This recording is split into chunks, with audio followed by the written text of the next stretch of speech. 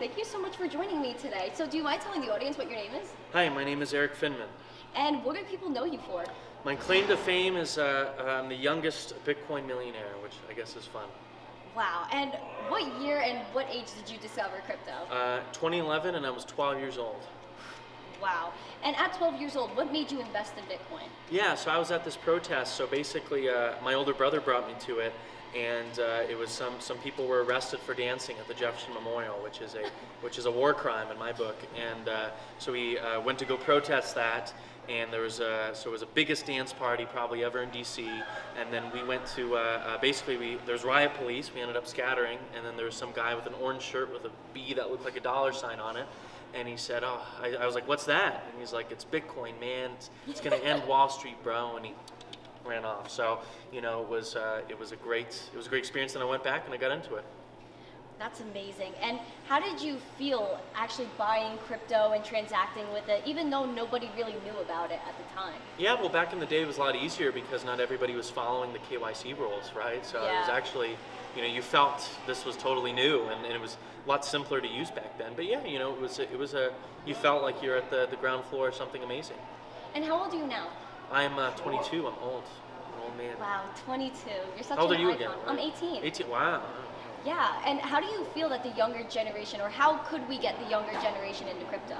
Yeah, I mean, I think there's a lot of young people probably into crypto, but I guess younger, I guess I think that I don't know. I mean, I think it'll just kind of start propagating into various products and services. As a kid, I think people are making like children's books with crypto, and I guess those get the word out and everything. But I just think there's a term from, I think, Mark Andreessen, software will eat the world, who's the founder of Netscape, and I think blockchain technology will eat the world, and eventually it'll get to kind of products and services that younger people tend to use. And when do you feel that mainstream adoption will happen, or how do you see mainstream adoption? Yeah, I mean, I think